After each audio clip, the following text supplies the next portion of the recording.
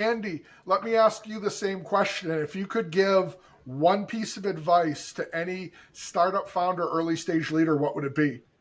Um, Being easy to work with is an underrated quality. Be Yes. very selective about who you work with.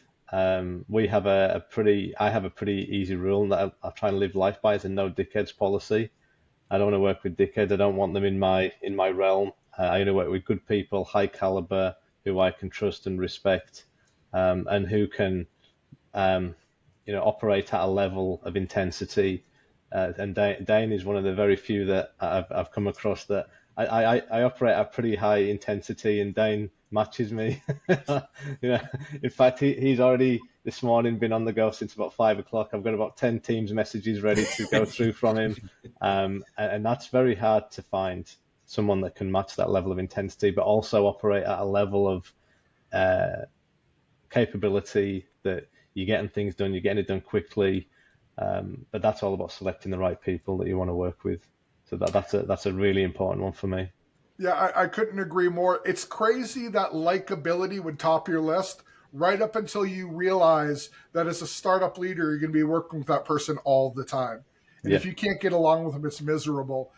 I've been, as I mentioned, in this space since the mid 90s, and I always tell people the same thing.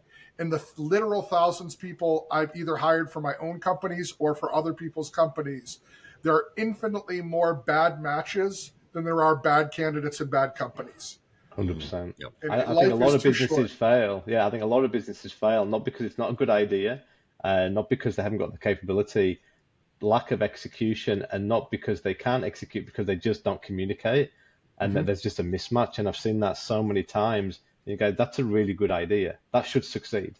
Right? You Yeah. write that down on paper, it should succeed. But you introduce the humans into the mix, and it's just, yeah, that's never going to work. With that mix of humans, it's never going to solve that problem. It's as Yeah, simple as that. exactly right. In a big company, that can cause real problems. In a small Yeah. company, it can end the company. Yeah.